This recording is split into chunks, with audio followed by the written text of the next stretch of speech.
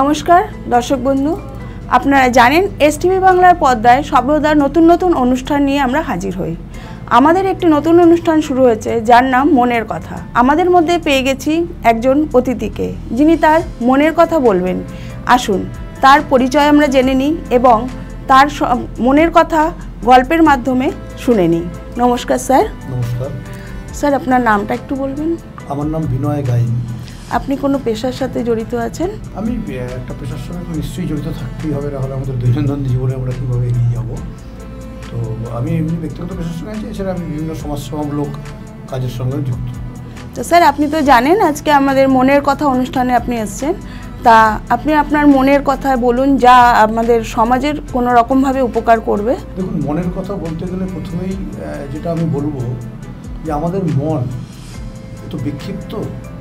আমাদের মন অনেক কিছু চায়, আমরা অনেক কিছু করতে চাই ছোট থেকে যখন আমরা বড় হই, কিন্তু আমরা মনের সেই লক্ষ্যটার পর্যন্ত আমরা নির্দিষ্ট দৃষ্টি রাখতে পারি না, যার কারণেই অনেক সময় আমরা সেই জায়গা থেকে হারিয়ে যাই। আর এই কারণেই আমাদের মধ্যে কিন্তু হতাশা বা এগুলো বিভিন্ন গ্রাস করে। আমরা বিভিন্ন সময় শুনেছি অনেকে, কেউ ফুটবলার হতে চেয়েছিল, হয়তো সে ইঞ্জিনিয়ার হয়েছে, কেউ ডাক্তার হতে চেয়েছিল কিন্তু হতে পারেনি। আবার এমনও দেখেছি কেউ ডাক্তারি পরিষেবার পাশাপাশি কেউ গান চর্চা করছে, সঙ্গীত চর্চা করছে। আমি শুধু এটাই বলবো, আমাদের মন যেটা আমরা পারিনি, যদি আমার এই দুটো একটা কথার মধ্যে এটাকে কেউ ফোকাস করে এগিয়ে যেতে পারে, সেটাই আমার মনে হয় আমার এই অনুষ্ঠানের সার্থকতা হবে। আমি যেটা বলবো, আমাদের মনকে নিয়ন্ত্রিত করতে গেলেই মনের আগে একটা লক্ষ্য তৈরি করে নেওয়া উচিত আমাদের।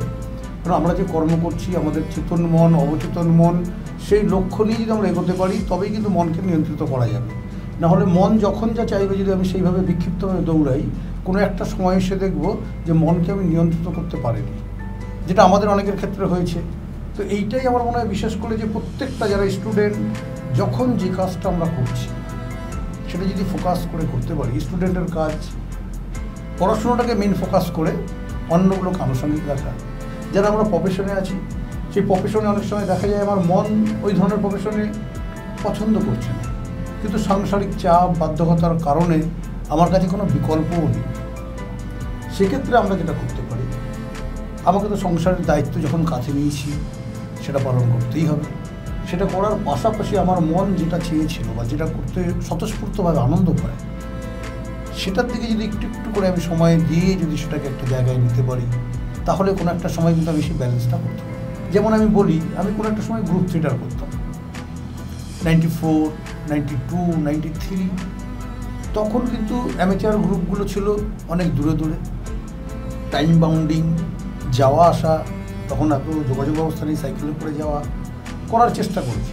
কিন্তু আজকে যখন হাতের কাছে রয়েছে, আমার এই 3 নম্বর ওয়ার্ড রবীন্দ্রনগর নাট্যত বলে ওখানে একটা গ্রুপ আছে, 6 নম্বর ওয়ার্ড দমদম শিল্পঙ্কর গ্রুপ আছে, তারা আমায় বলছে, বিনয় তুমি আসো, অথচ আমার কাছে আজকে যাওয়ার সময়। তার কোনো একটা সময় আমি যখন গেছিলাম, হয় আমি ফোকাস থেকে সরে এসেছি, আমার পড়াশোনাকে ফাঁকি দিয়ে, পড়াশোনাকে কাট করে ওটা করেছিলাম, এবং সেটার উপরে যদি একাগ্রভাবে ধরে থাকতে পারতাম, তাহলে হয়তো আজকে কোনো একটা জায়গা হতো। তো এটাই আমি বিশেষ করে বলবো সবাইকে, যে জায়গায় যে প্রফেশনে যে জায়গাতেই আছি, বাধ্যবাধকতার জায়গা থেকে, মনের ভালো লাগার জায়গা থেকে যদি আমরা কাজটা করতে পারি, তাহলে কিন্তু সাকসেস রেটটা অনেক বেশি আসে। তো আমি আপনাদের এই এসটিভি বাংলা অনুষ্ঠানে এসে নিজে গর্ববোধ করলাম, এবং আমার যে কথাগুলো বললাম, আমার ওই একটাই কথা, যদি এই কথা শুনে কারো সামান্যতম যদি উপকৃত হয়, আমার ব্যর্থতার আগে যদি তারা তাদের সফলতার ক্ষেত্রে কাজে লাগাতে পারলে ভালো হবে। এই কথা বলে সবাইকে, দর্শক বন্ধু যারা দেখবেন এই অনুষ্ঠান, সবাইকে প্রণাম জানিয়ে আমার বক্তব্য শেষ করছি। ধন্যবাদ। তাহলে দর্শক বন্ধুরা, আপনারা শুনে নিলেন স্যারের কথা মতন, যে শুধু মনের ইচ্ছা নিয়ে আমরা যদি এগিয়ে যাই, তাহলেও আমাদের জীবনে সাকসেস আসবে, এবং তার সাথে সাথে আমাদের যে সাংসারিক বা পারিবারিক যে চাহিদা, সেটাও পূরণ করার পাশাপাশি আমাদের মনের ইচ্ছাটাকেও প্রায়োরিটি দিতে হবে। এই যে মনের কথা অনুষ্ঠানটি, এটা সর্বসাধারণের, তাই আপনি ঘরে বসে না থেকে চলে আসুন আমাদের এসটিভি বাংলার স্টুডিওতে, এসে আপনার মনের কথাও আমাদের সাথে শেয়ার করুন।